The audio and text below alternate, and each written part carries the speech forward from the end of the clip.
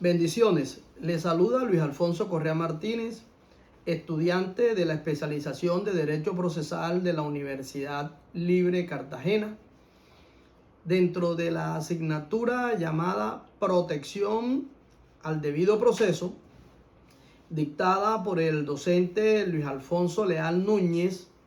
Nos corresponde hacer unos breves comentarios en torno a una videoconferencia llamada Acción de tutela contra providencias judiciales, dictada por el catedrático Manuel Fernando Quinche Ramírez. Debemos decir que además de la videoconferencia, nos apoyamos en la 9ª edición del libro Vías de Hecho, Tutela contra Providencias Judiciales, de la autoría del mismo conferencista. Lo primero que hay que precisar es que el fundamento político-jurídico de la acción de tutela subyace en dos normas internacionales.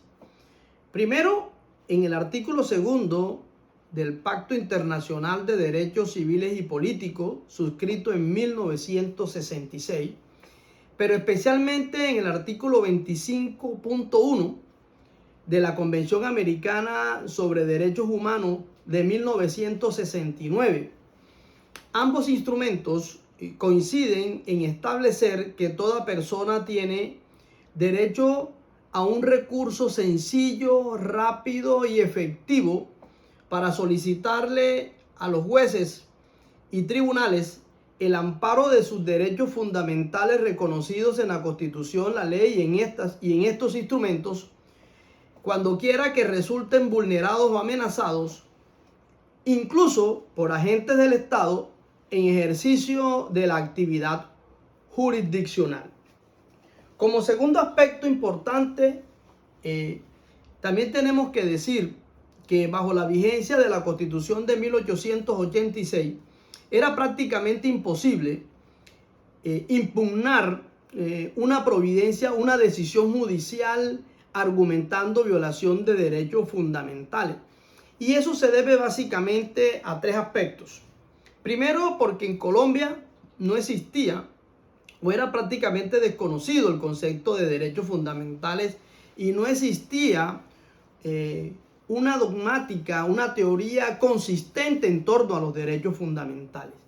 Segundo, porque a pesar o muy a pesar de existir la previsión del artículo 25, numeral 1 de la Convención Americana sobre Derechos Humanos, que establecía la obligación de los estados partes en establecer en los ordenamientos jurídicos internos ese mecanismo ágil, sencillo y efectivo al alcance de las personas que le permitiera acudir a los jueces y tribunales a solicitar el amparo de sus derechos fundamentales. Colombia no había desarrollado o no había adoptado dicho artículo o no había cumplido con dicha disposición, sino a partir de la Constitución de 1991, cuando implementó la acción de tutela. El tercer aspecto por el cual era imposible impugnar por violación de derechos fundamentales una decisión judicial bajo la vigencia de la Constitución del 86, lo constituye porque el sistema colombiano no le importaba que los jueces y magistrados violaran los derechos de las personas. Simplemente bastaba que una decisión de un juez o un tribunal para asumir que el acto judicial era legítimo, sin importar que se violaran los derechos fundamentales de los procesados y de los sujetos procesales dentro de los procesos. En este contexto, las personas estaban indefensas y simplemente tenían las opciones de acudir a la justicia penal a denunciar a los funcionarios judiciales, jueces o magistrados por prevaricato, o acudir a la jurisdicción contenciosa administrativa en acción de reparación directa por error judicial. Una mirada fugaz al derecho comparado nos permite encontrar que en la mayoría de los estados o países este mecanismo se le denomina amparo, salvo en Brasil, que se le llama mandato de aseguramiento, y en Ecuador y Chile, donde se le llama recurso de protección. Como todos sabemos, en Colombia se llama acción de tutela. Para ser más comprensible, los comentarios los dividiremos en 5 zonas. 1, las características de la acción de tutela de manera general. 2, los requisitos de la acción de tutela de manera general. 3, la evolución y el estado actual de la tutela contra providencias judiciales. 4, los requisitos generales de procedibilidad de la acción de tutela contra providencias judiciales. Y 5, los requisitos especiales de procedibilidad de la tutela contra providencias judiciales. El primer punto son las características de la acción de tutela. De la conferencia asignada y del texto de apoyo, identificamos 7 características a saber. La primera, el acceso a la justicia. La segunda, concreción realidad. La tercera, el juez poderoso. La cuarta, la inversión de las reglas usuales de procedimiento. La quinta, el trámite preferencial. La sexta, la informalidad. Y la 7, hacer del derecho constitucional un derecho común. Respecto a la primera característica, el acceso a la justicia. La tutela es el mecanismo más propicio para generar o lograr un contacto directo entre la persona y el ciudadano con la administración de justicia. No requiere de presentación por intermedio de apoderado o de letrado. En ese orden de ideas puede ser presentada por cualquier persona, es decir, un menor de edad, una persona con algún grado de incapacidad o por un agente oficioso, por un defensor público, por un presidente de asociaciones o por un presidente de junta de acciones comunales. Esta característica es muy importante porque hace que la tutela sea más de la persona que de los mismos abogados. La característica concreción realidad. Contrario a como acontece en las otras acciones ordinarias, en la acción de tutela se aborda de manera directa, sencilla, en lenguaje claro, la problemática. Con ella, el país ha estado de cara a la realidad de las situaciones, porque a través de ella, de la acción de tutela, se han abordado problemáticas sensibles que aquejan el país, como el maltrato a menores, la discriminación o la indignidad en la población carcelaria, la discriminación sexual, la servidumbre en las relaciones laborales, la persecución moral del embarazo en los adolescentes, la discriminación étnica, entre otros. Respecto al juez poderoso, la tercera característica. En general, los jueces son personas o funcionarios bastante poderosos. Solo basta una decisión judicial o una medida cautelar para destruir una familia. Históricamente o tradicionalmente, los jueces se han dedicado a hacer declaraciones, a declarar la existencia o inexistencia de un contrato, de un negocio jurídico, a declarar si hubo cumplimiento o incumplimiento de una obligación, a declarar responsabilidades en distintas modalidades de personas. Pero en realidad, el hecho de que el juez de tutela sea poderoso lo da es porque a través de la tutela o el juez, mediante órdenes y otras medidas o otros mecanismos, puede impartir medidas directas que permitan la protección de los derechos fundamentales. El elemento central del fallo de tutela es la orden. Y a través de las órdenes, de esas órdenes, o a través de ese elemento central del fallo de tutela, el juez puede ordenar a un funcionario renuente a que le dé respuesta a un derecho de petición, a que suministre un medicamento o un servicio médico, a que se reintegre o se matricule al alumno que inconstitucionalmente ha sido separado del derecho público de educación, del servicio público de educación, a que se inaplique un acto administrativo lesivo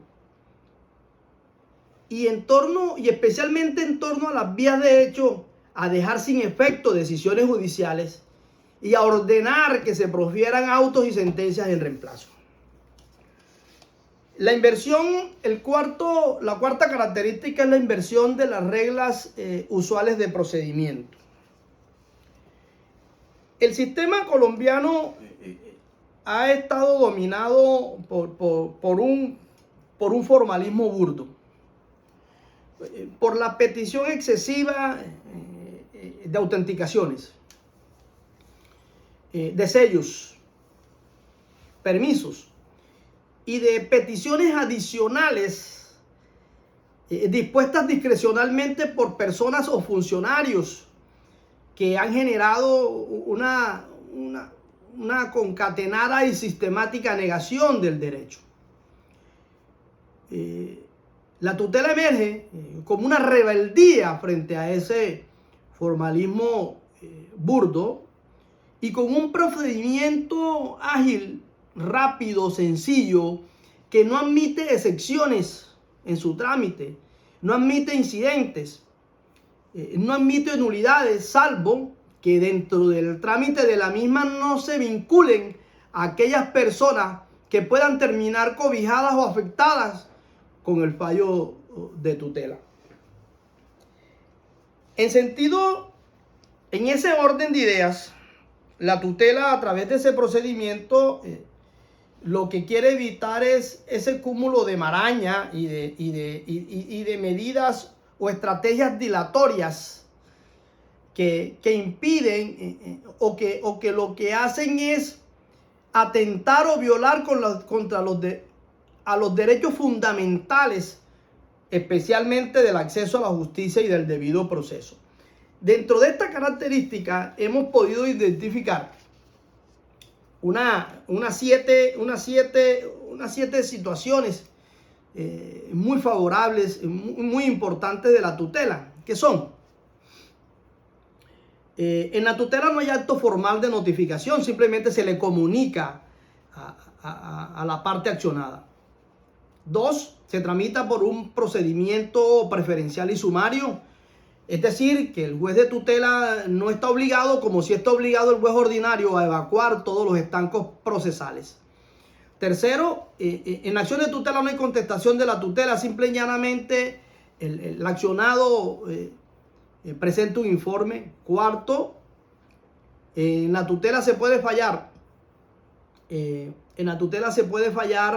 Sin la práctica de prueba. Quinto, el trámite de la tutela no termina, a contrario de los procesos ordinarios, con la ejecutoria del fallo. No, termina hasta que esté completamente restablecido el derecho o eliminada la causa que eliminó la amenaza de tal derecho, del derecho fundamental. Y sexto, la impugnación de la tutela no necesita sustentación. La quinta característica es el trámite preferencial. El trámite preferencial le impone al juez de tutela, esta característica le impone al juez de tutela, que debe tramitar la tutela en preferencialmente a los procesos ordinarios, incluso de manera preferente a algunas acciones constitucionales como la acción de grupo y la acción popular, salvo el habeas corpus.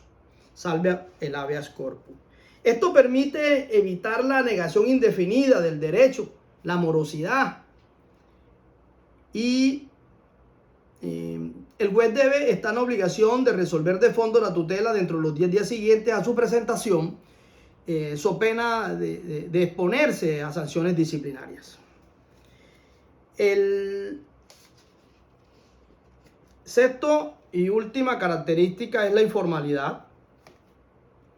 De ello podemos decir que el sistema colombiano ha estado dominado por el formalismo.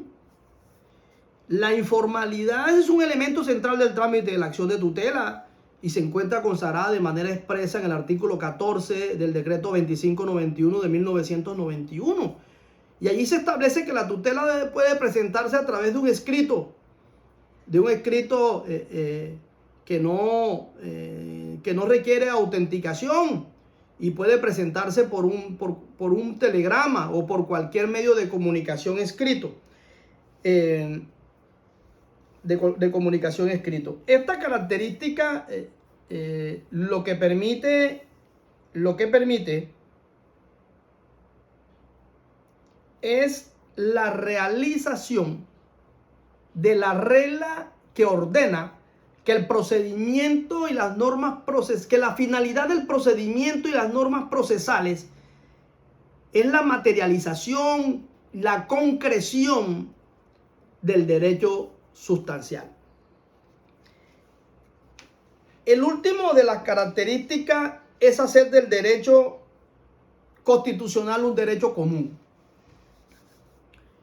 Inicialmente el derecho y especialmente el derecho constitucional estaba dominado por una minoría que lo hacía ver como un derecho de la élite.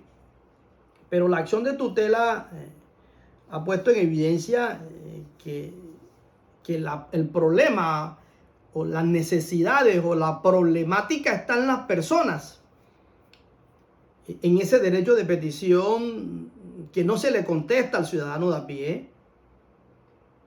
En ese medicamento o procedimiento médico que no se le suministra a la persona.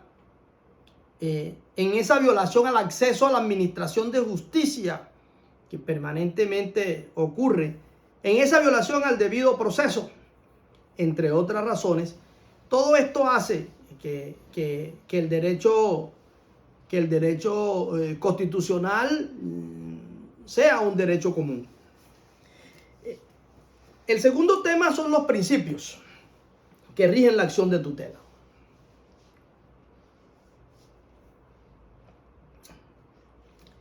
El artículo 3º del decreto 2591 de 1991 establece que la tutela, que el trámite de la tutela se rige o se debe tramitar con observancia de los principios de economía procesal, publicidad, eficiencia, eficacia, entre otros. Pero la Corte Constitucional ha sido insistente en decir que además de esos principios que consagra el artículo 3º del decreto 2591, el trámite de la acción de tutela o la acción de tutela debe tramitarse con observancia de los principios de la informalidad y la oficiosidad. Y caracterizó estos principios en la sentencia C483 del 2008 con ponencia del magistrado Rodrigo Escobar Gil. Y en torno a la informalidad dijo que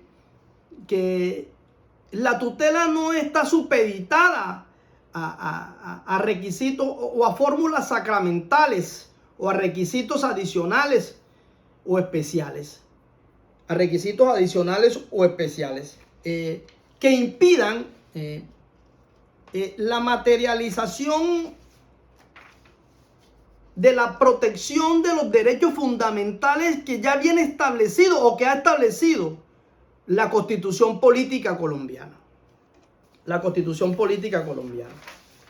En aplicación de este principio, la presentación de la acción de tutela solamente requiere una narración de los hechos que originan la probable violación, la enunciación del derecho que se encuentra vulnerado o amenazado sin que sea necesario citar con precisión cuál es la norma constitucional que se infringe y enunciar en la medida que sea posible cuál es el causante de los hechos que han dado origen a la violación o a la amenaza del derecho fundamental. Respecto a la oficiosidad, en la misma sentencia la Corte ha dicho que la oficiosidad, el principio de la oficiosidad de nación de tutela se traduce en ese papel activo de conductor del proceso constitucional que debe tener el juez. Y que él no se agota con la simple interpretación de la solicitud de amparo, sino que el juez constitucional debe velar o dedicarse a la búsqueda de elementos que le permitan tener una interpretación del plano real en el cual sucedieron los hechos que dieron lugar a la solicitud de tutela o la petición de tutela.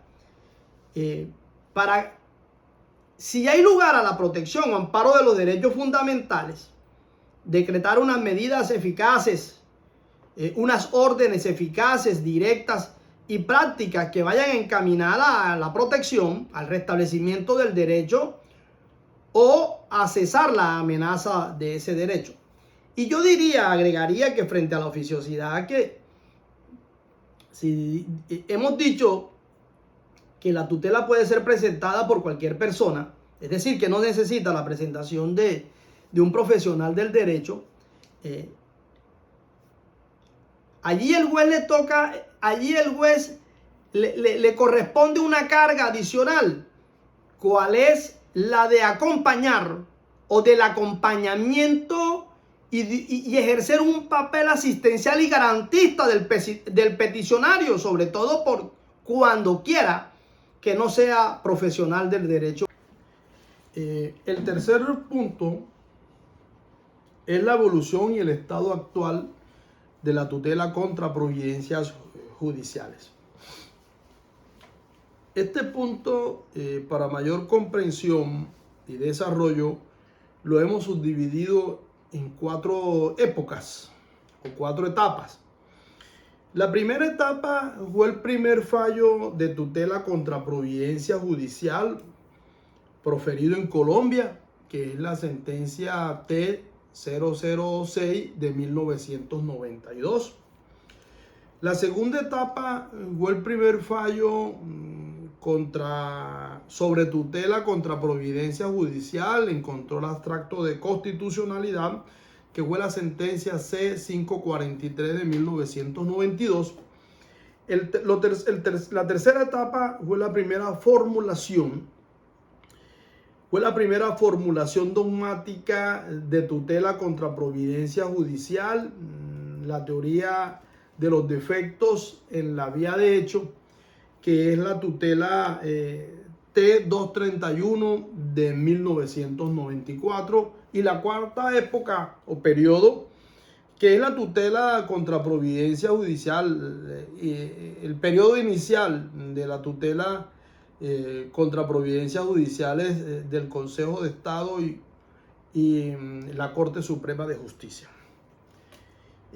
La primera subdivisión es el primer fallo de tutela contra una providencia judicial proferida en Colombia, que es la sentencia T-006 de 1992.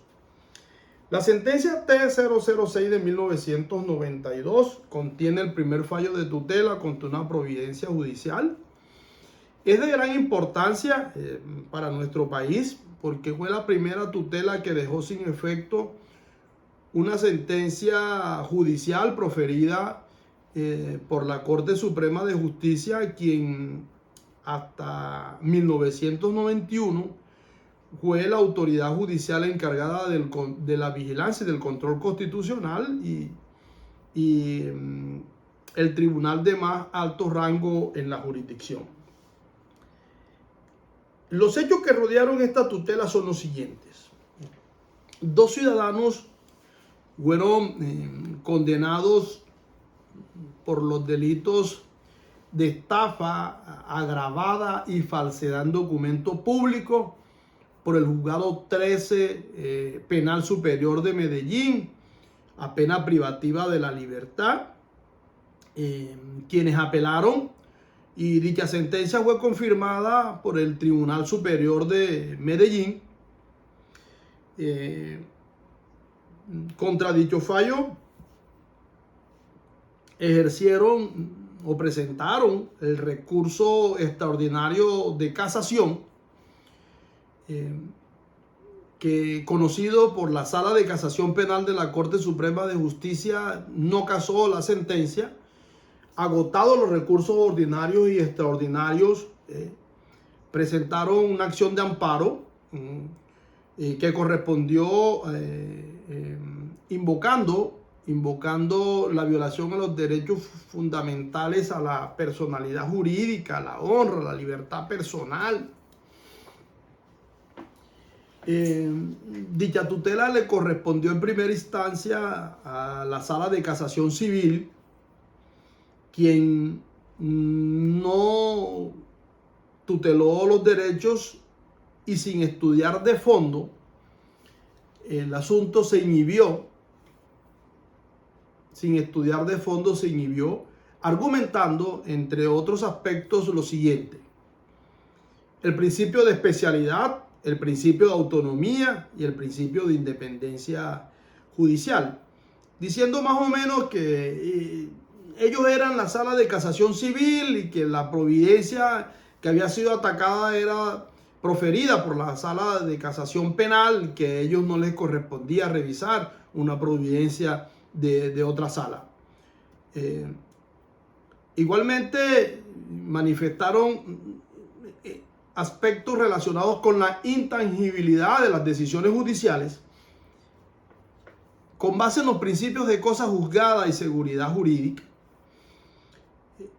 Además de ello, argumentaron que las normas constitucionales del funcionamiento de la jurisdicción o del funcionamiento de la rama judicial prevalecen o son superiores al artículo 86 de la Constitución, el artículo 86 de la Constitución Política, es decir, lo que más o menos se manejaba antes en la Constitución del 86, que cuando había tensión entre la parte dogmática de la Constitución y la parte orgánica, primaba la parte orgánica. La tutela fue enviada para su revisión eventual a la Corte Constitucional. Le correspondió a la Sala de Revisión Segunda, quien tuteló el derecho. Tuteló el derecho, dejó sin efecto el fallo de la Sala de Casación Civil, ordenándolo producir un fallo de fondo. Un fallo de fondo. La decisión fue dividida. El ponente fue el magistrado Eduardo Cifuentes Muñoz. Contó con el voto afirmativo de Alejandro Martínez Caballero, y salvó el voto el magistrado José Gregorio Hernández Galindo. Los argumentos de la Corte Constitucional fueron básicamente los siguientes.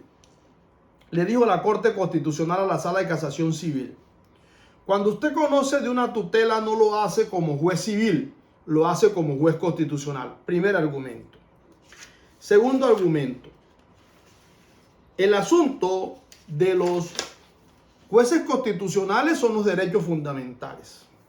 Tercer argumento: los derechos fundamentales no le pertenecen a la jurisdicción civil, a la agraria, ni a la laboral, ni a la penal, ni a la administrativa. Le pertenecen al ordenamiento jurídico. Y finalmente le dijo que en ese sentido, cuando la Sala de Casación Civil fallara una tutela, debía fallarla o tiene que fallarla no como un juez civil, sino como un juez constitucional. Siguiendo la subdivisión hecha a la evolución y al estado actual de la tutela contra providencias judiciales, nos encontramos con el primer fallo de tutela contra providencias en control abstracto de constitucionalidad, que es la sentencia C-543 de 1992. 6 meses después de haberse proferido la primera sentencia de tutela contra providencia judicial, es decir, la T-006 de 1992, la Sala Plena de la Corte Constitucional encontró el abstracto de constitucionalidad, una demanda, y profiere la sentencia C-543 de 1992, con ponencia de José Gregorio Hernández Galindo, mediante la cual se declara inconstitucional los artículos 11, 12 y 40 del decreto 2591 de 1991, cuyos artículos autorizaban la presentación de tutela contra providencias judiciales. En esa oportunidad la corporación estaba integrada por 7 magistrados, casi todos de estirpe o formación formalista. Venían de la Corte Suprema de Justicia, habían estado en la Corte Suprema de Justicia. La votación fue dividida, 4 votos contra 3. En esa oportunidad triunfó el argumento del formalismo jurídico. El mismo argumento que fue derrotado en la sentencia, en la decisión de la Sala Segunda de Revisión, que terminó en la primera sentencia de tutela contra providencia judicial, es decir, la T-006 de 1992, a la cual hemos venido haciendo referencia. Pero a pesar de eso tan nefasto, tan perjudicial para el ordenamiento jurídico colombiano, de haber declarado la inexequibilidad de esos artículos que permitían la tutela contra providencia judicial, de esa providencia es rescatable porque por primera vez se habló de vías de hecho y se habló bajo el formalismo lingüístico de actuaciones de hecho de los funcionarios judiciales. Y durante más de 10 años se habló de eso, de vías de hecho, hasta que mediante la sentencia 590, la C590 del 2005, se cambió de vía de hecho a la tesis de los requisitos generales y especiales de procedibilidad de la tutela contra providencias judiciales, que es lo que nos gobierna hasta estos días, hasta el día de hoy. El tercer aspecto de la subdivisión es la primera formulación dogmática de la tutela contra providencias judiciales, la teoría de los defectos en la vía de hecho, que es la sentencia T231 de 1994. Mediante componencia de Eduardo Cifuentes Muñoz. Lo rescatable de esa sentencia, de esa acción de tutela, es que aparece la primera construcción teórica y la presentación por primera vez de los defectos. En el marco teórico, en la construcción del marco teórico, se dijo que la tutela contra providencias judiciales requería 4 requisitos. A saber, primero, que se tratara de una providencia judicial, es decir, de un auto o una sentencia, obviamente. Segundo, que la providencia judicial fuera violatorio de derechos fundamentales. Tercero, que el accionante tenía que haber agotado necesariamente los medios ordinarios de defensa. Y cuarto, que la decisión judicial fuera producto de un acto arbitrario y caprichoso del funcionario judicial. Adicionalmente a esos requisitos, la Corte en esa oportunidad estableció que el accionante debía identificar los defectos de la providencia judicial. y dijo lo siguiente. Los defectos son cuatro. Los defectos son cuatro, a saber. Defecto sustantivo. Relacionado a la norma sustantiva en la cual se fundamenta el fallo.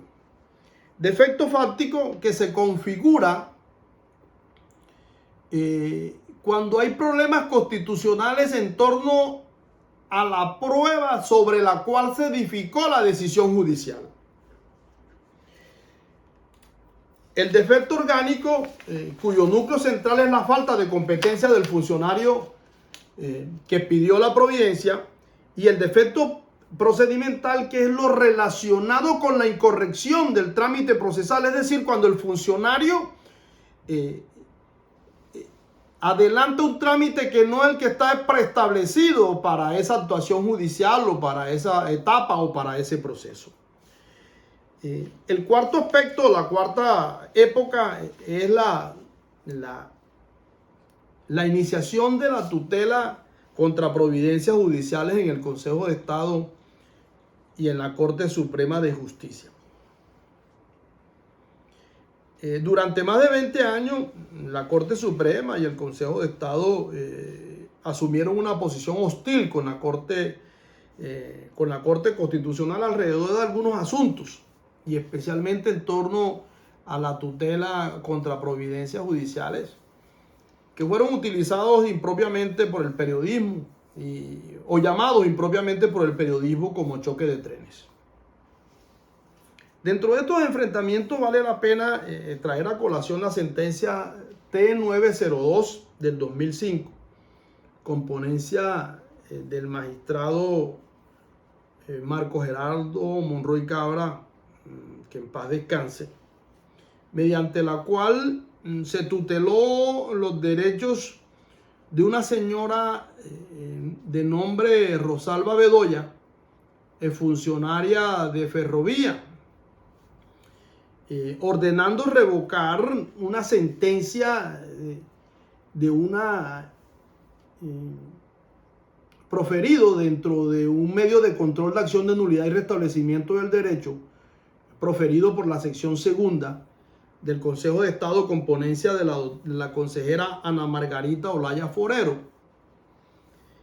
Fue tan álgida la situación que incluso el Consejo de Estado o la sección segunda, con ponencia de la consejera, compulsaron copia a la Cámara de Representantes para que se investigara a los magistrados de la Corte Constitucional por un posible prevaricato. Pero la aceptación de la tutela contra providencias judiciales en el Consejo de Estado se vino dando paulatinamente, y fue así como en una sentencia se aceptó en una sentencia de unificación jurisprudencial del 31 de julio del 2012, con ponencia de María Elizabeth García González, pero el criterio como tal unificado y a partir del cual ya no hay duda en el Consejo de Estado sobre tutela contra providencias judiciales lo constituye la sentencia de unificación de sala plena del 5 de agosto del 2014, con ponencia del consejero Jorge Octavio Ramírez. Y hasta el día de hoy, pues la tutela contra providencias judiciales es aceptable tanto en la Corte Suprema como en el Consejo de Estados. El cuarto punto de los comentarios son las causales generales de procedencia de la tutela contra providencias judiciales. Y lo primero que hay que precisar es que la Corte Constitucional, mediante sentencia C590 del 2005, con ponencia del magistrado Jaime Córdoba Triviño, reformuló la dogmática en materia de tutela contra providencias judiciales, en el sentido de establecer unas causales generales y unas especiales de procedencia de la tutela contra providencias judiciales. De manera reiterativa e insistente, la misma Corte Constitucional el Consejo de Estado y la Corte Suprema de Justicia han coincidido en que la tutela contra providencias judiciales debe ser sometida a un doble escrutinio o a un doble examen, en el sentido de que debe satisfacer los requisitos establecidos en las causales generales y especiales de procedencia. Las causales generales de procedencia o procedibilidad son 6 y el accionante debe satisfacerlas todas. Son las siguientes. Primero, 1, que la cuestión que se discuta sea de relevancia constitucional. Este requisito le impone al accionante demostrar e identificar que la providencia que cuestiona a través de la tutela,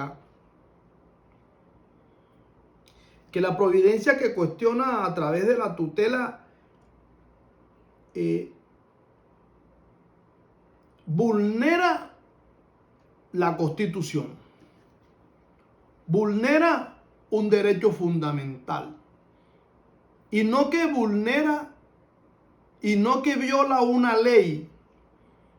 Por ejemplo, no puede manifestar o argumentar que viola el Código Sustantivo del Trabajo, que viola el Código Penal, que viola el Código Civil o que viola el Código de Procedimiento y Contencioso Administrativo. El aspecto violatorio debe plantearlo en dimensión constitucional. Igualmente, este requisito le fija una talanquera, una limitante, una camisa de fuerza al juez constitucional, en el sentido de que le prohíbe que entre a revisar aspectos que son de la competencia exclusiva del juez ordinario o del juez de la jurisdicción contenciosa administrativa, para no agredir la autonomía y la independencia del juez que tramitó el proceso donde se profirió la sentencia contra la cual se presenta la petición de amparo. El segundo requisito genérico de procedibilidad de la tutela contra providencia judicial es el hecho o el requisito de que el accionante debe haber agotado todos los medios de defensa o recursos ordinarios y extraordinarios. Este requisito está vinculado con el requisito de subsidiariedad y se traduce en que la tutela no es un mecanismo sustituto de procedimiento, no es una tercera instancia, y para incoarse o antes de incoarse el accionante debe haber agotado todos los medios de defensa y todos los recursos ordinarios y extraordinarios que dispone la ley en el procedimiento o en el proceso en el cual se dictó la providencia que enrostra. El tercer requisito genérico de procedencia es el requisito de la inmediatez. La inmediatez es un criterio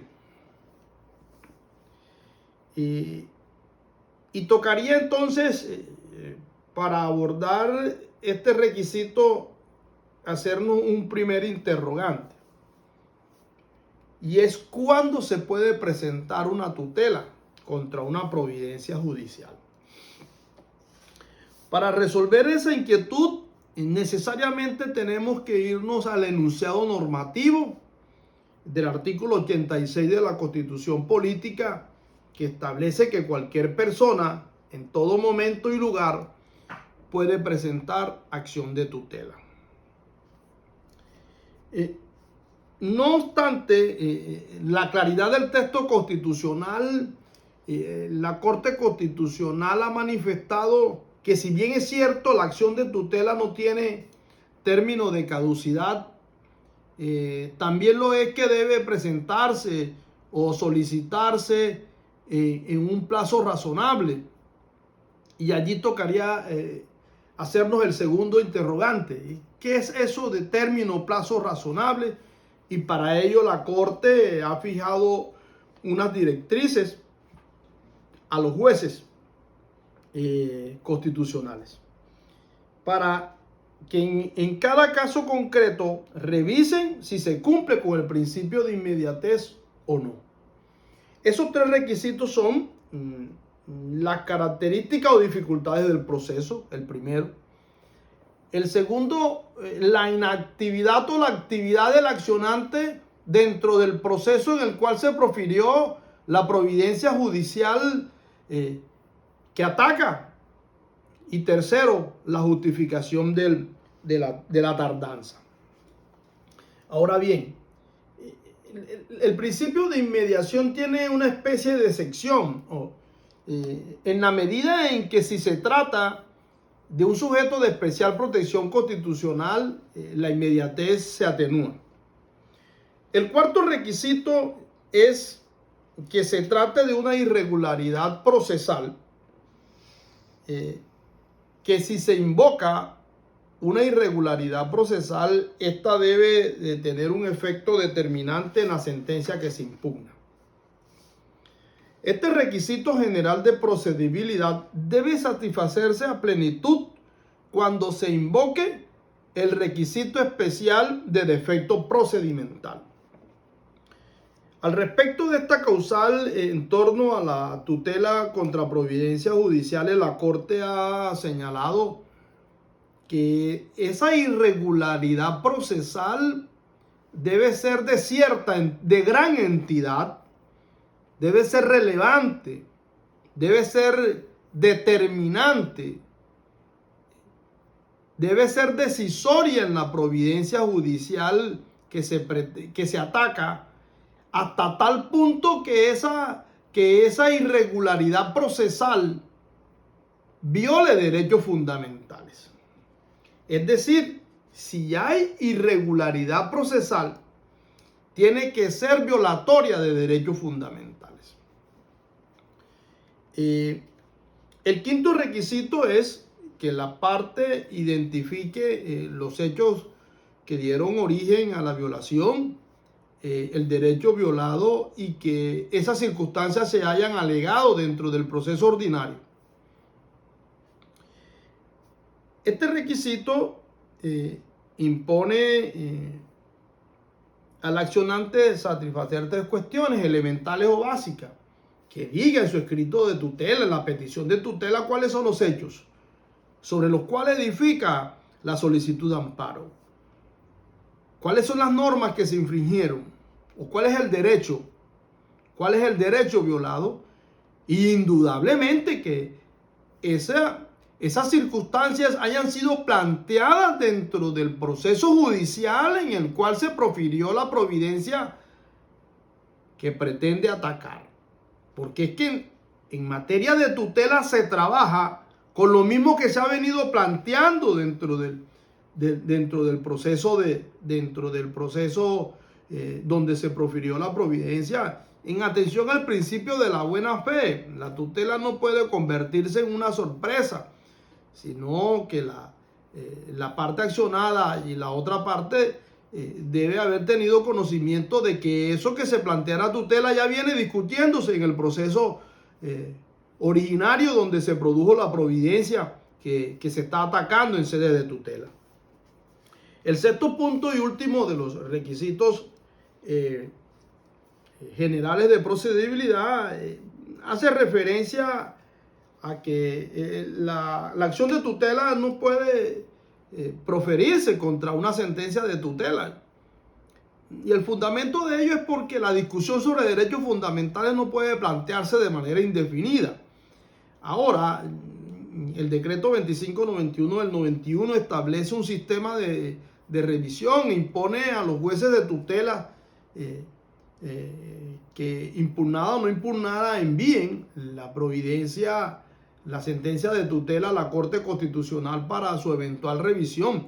Y si la Corte decide no revisar el fallo de tutela es porque considera que el fallo es definitivo. El quinto y último punto de los comentarios que hoy nos corresponden es el referente a las causales especiales de procedencia o procedibilidad de la tutela contra providencias judiciales.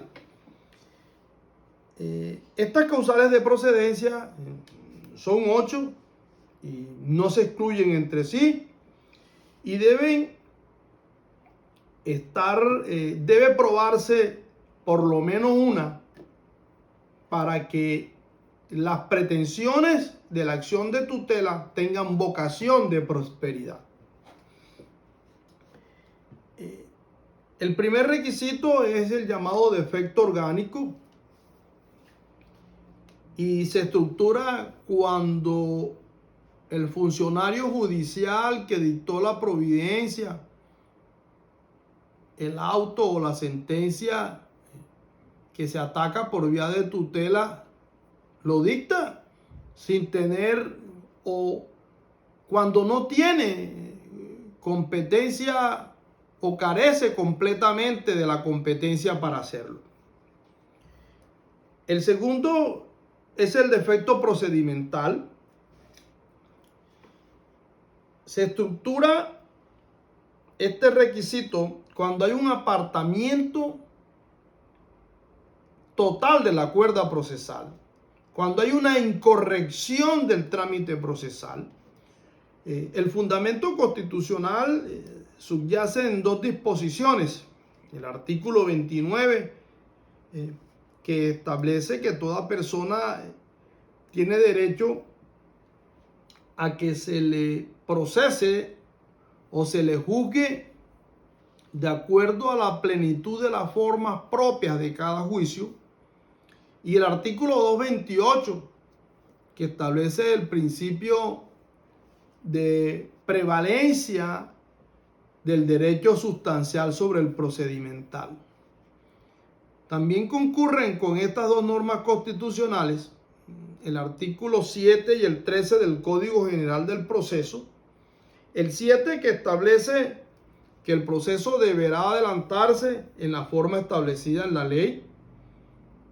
Y el 13, que establece que las normas procesales son de orden público y por lo tanto no pueden ser modificadas, derogadas o sustituidas por funcionarios o por particulares, salvo expresa autorización de la ley. La jurisprudencia en torno a este defecto, la jurisprudencia constitucional ha señalado que este defecto tiene dos modalidades. El defecto procedimental absoluto, que se estructura cuando el funcionario se aparta por completo del trámite procesal establecido, cuando coge por una cuerda procesal equivocada y con ello termina atentando contra derechos fundamentales, especialmente contra el derecho de defensa, el derecho de contradicción dentro del proceso. El quinto y último punto de los comentarios que hoy nos corresponden es el referente a las causales especiales de procedencia o procedibilidad de la tutela contra providencias judiciales. Estas causales de procedencia son 8 y no se excluyen entre sí y debe probarse por lo menos una para que las pretensiones de la acción de tutela tengan vocación de prosperidad. El primer requisito es el llamado defecto orgánico y se estructura cuando el funcionario judicial que dictó la providencia, el auto o la sentencia que se ataca por vía de tutela, lo dicta sin tener o cuando no tiene competencia o carece completamente de la competencia para hacerlo. El segundo es el defecto procedimental.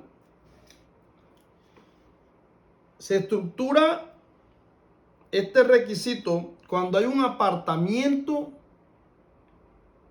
total de la cuerda procesal, cuando hay una incorrección del trámite procesal. El fundamento constitucional subyace en dos disposiciones.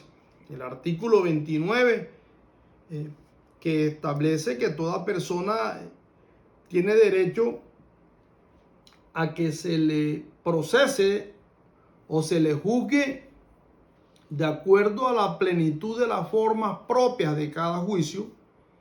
Y el artículo 228, que establece el principio de prevalencia del derecho sustancial sobre el procedimental. También concurren con estas dos normas constitucionales el artículo 7 y el 13 del Código General del Proceso. El 7, que establece que el proceso deberá adelantarse en la forma establecida en la ley.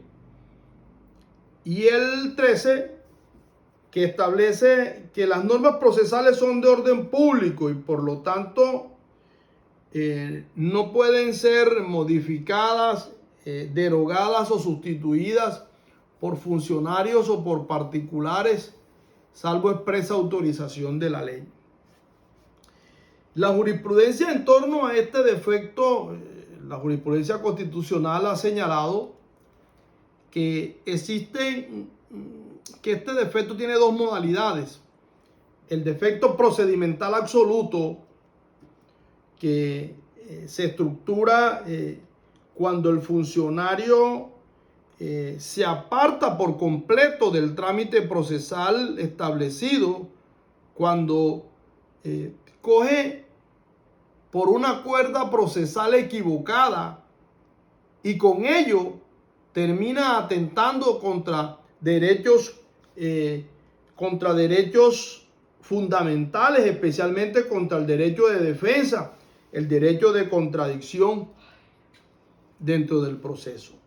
La segunda modalidad del defecto procedimental es el exceso ritual manifiesto y se presenta cuando el funcionario arguye razones formales a manera de impedimento que a la postre llegan o generan como consecuencia la negación del derecho.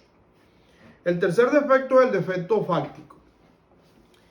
Este defecto tiene que ver o se relaciona con los problemas constitucionales de la prueba y se estructura cuando el juez no cuenta con el apoyo probatorio que le permite la aprobación de la norma o del supuesto legal en el cual sustentó su decisión.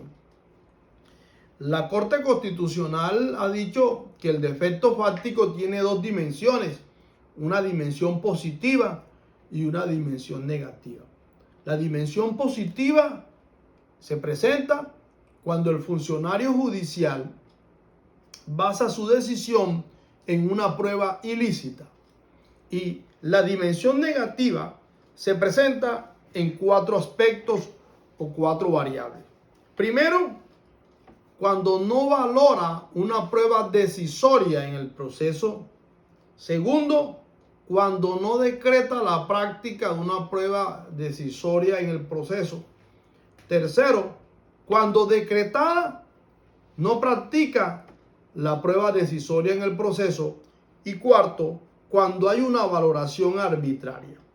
Este último aspecto poco se estructura porque siempre se ha dicho que el juez es autónomo en la valoración probatoria o la valoración de las pruebas.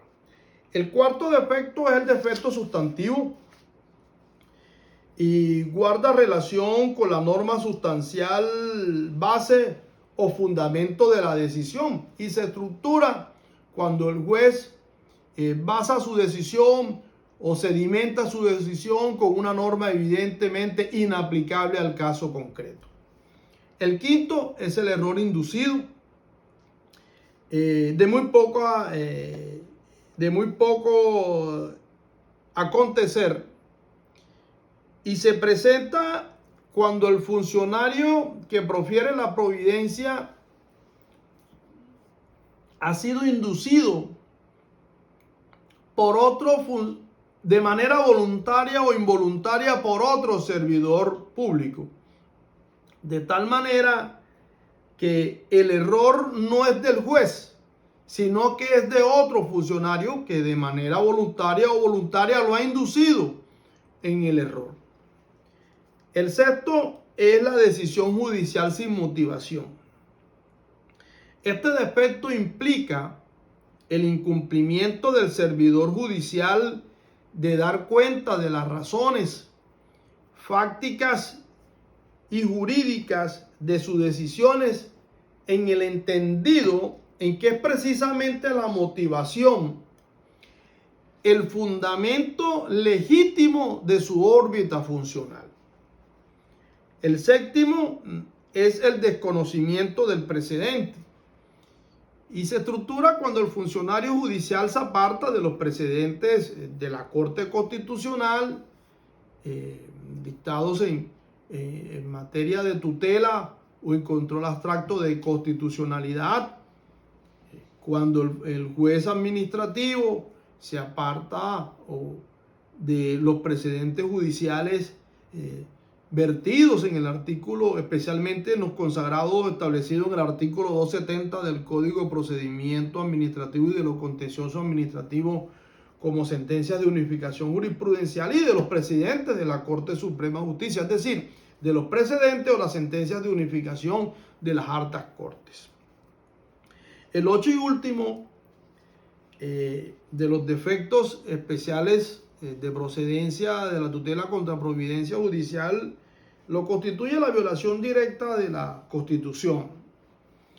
Este es un defecto que se torna redundante porque todos los anteriores defectos que aquí hemos tratado y que están preestablecidos como defectos o requisitos especiales de procedibilidad de tutela contra providencia judicial, inevitablemente tienen que ver o deben constituyen una violación directa con la Constitución, de tal manera que este es un requisito abierto que perfectamente, como quiera que no se excluyen entre sí los requisitos especiales de procedencia, se podría plantear si en un caso de violación de derechos fundamentales a través de providencias judiciales, podría uno plantear el defecto especial y plantear perfectamente la violación directa de la Constitución. Muchas gracias.